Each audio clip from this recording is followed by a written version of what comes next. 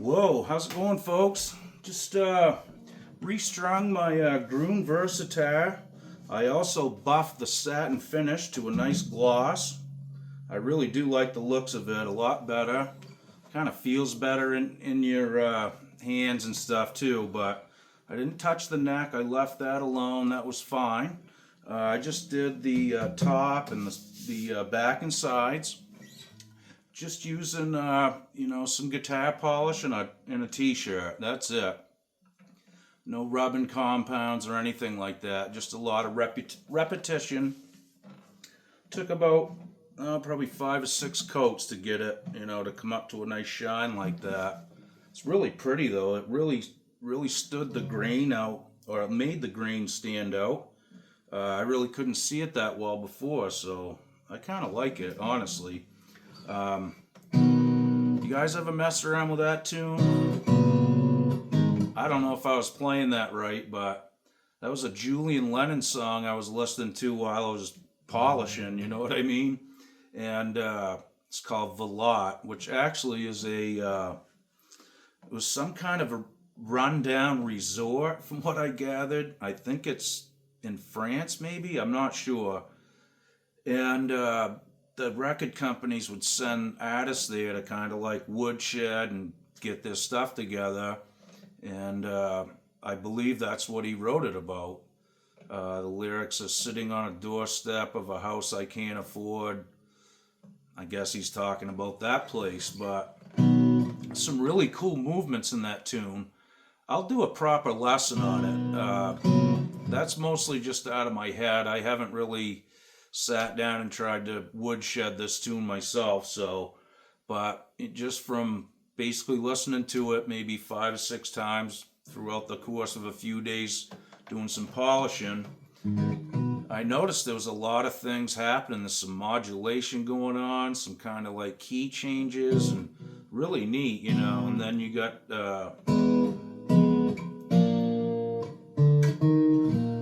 some really nice movements there, Then you got the E minor, C major 7, B minor 7, A minor. I believe those are right. And, it's just, like I said, something that I need to sit down and kind of go over. I don't want to say I played it right or I know the song. I'm just telling you, that was just kind of like from memory. But anyway, I will learn it correctly for you folks and do a lesson if you're interested. It's a really neat tune. I just love the movements of the melody, and you get to these there's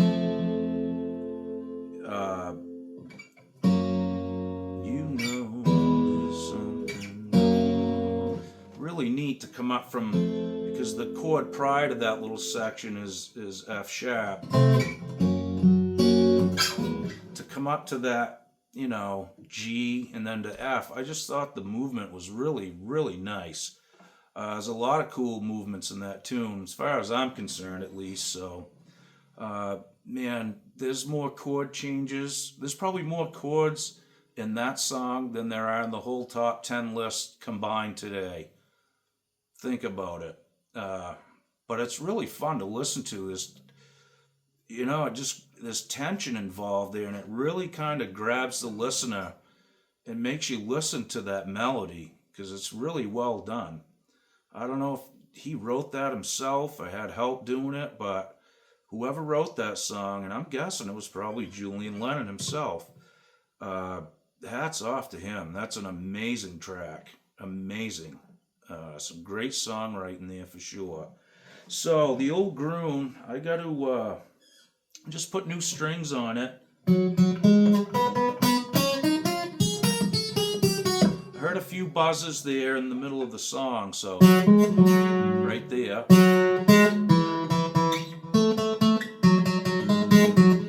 So it's either a high fret, I think it's probably some back bow, honestly.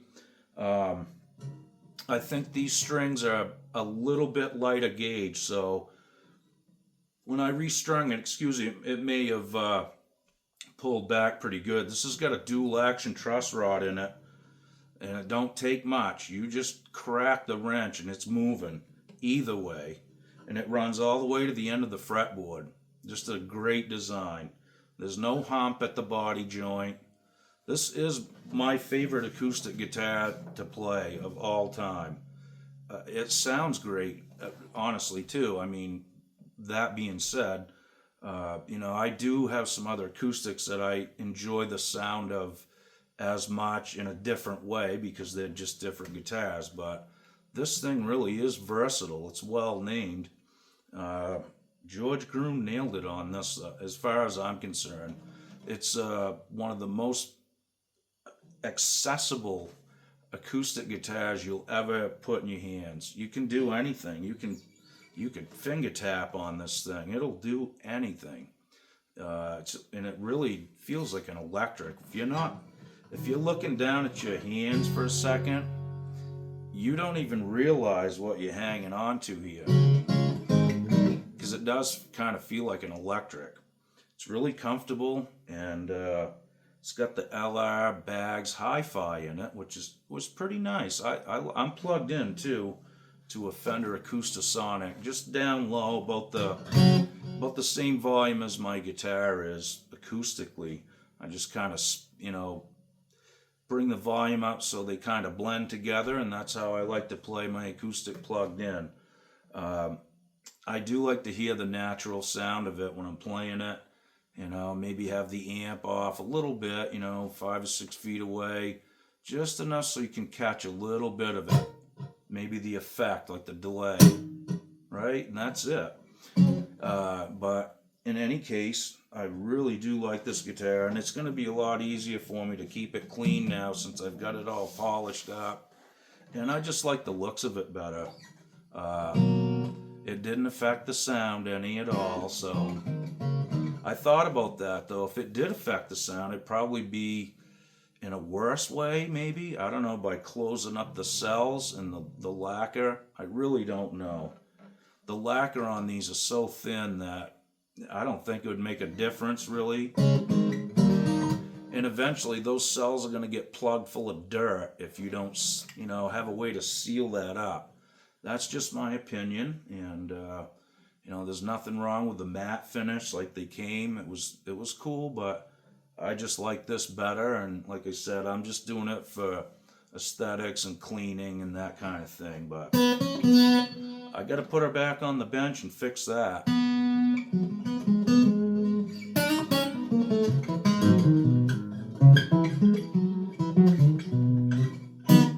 Yeah, fun guitar to play, like I said, but it needs a little TLC. Yeah, it's got a little bit of back bow in it, and it's right in that area, so I'll just let it sit a little while longer, and then I'll hit it with a truss rod wrench again if it doesn't move. I just restrung it, so the strings are still really stretching and stuff, so we'll let them stretch for a little bit. I'll tune it back up to pitch and take another peek at it. If it's still got a little back bow to it, then we're going to you know, give it a little relief that way. I'll check it again. If it's buzzing again, then I'm going to look at the frets and see if there's a high fret somewhere. I believe I just checked these not long ago. I think I went over this and actually got some of the ends were a little sharp out on the edges.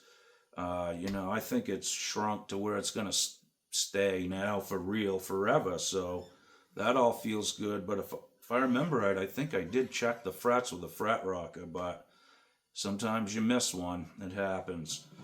So anyway, folks, thanks for checking out this video. I forgot what I was going to say.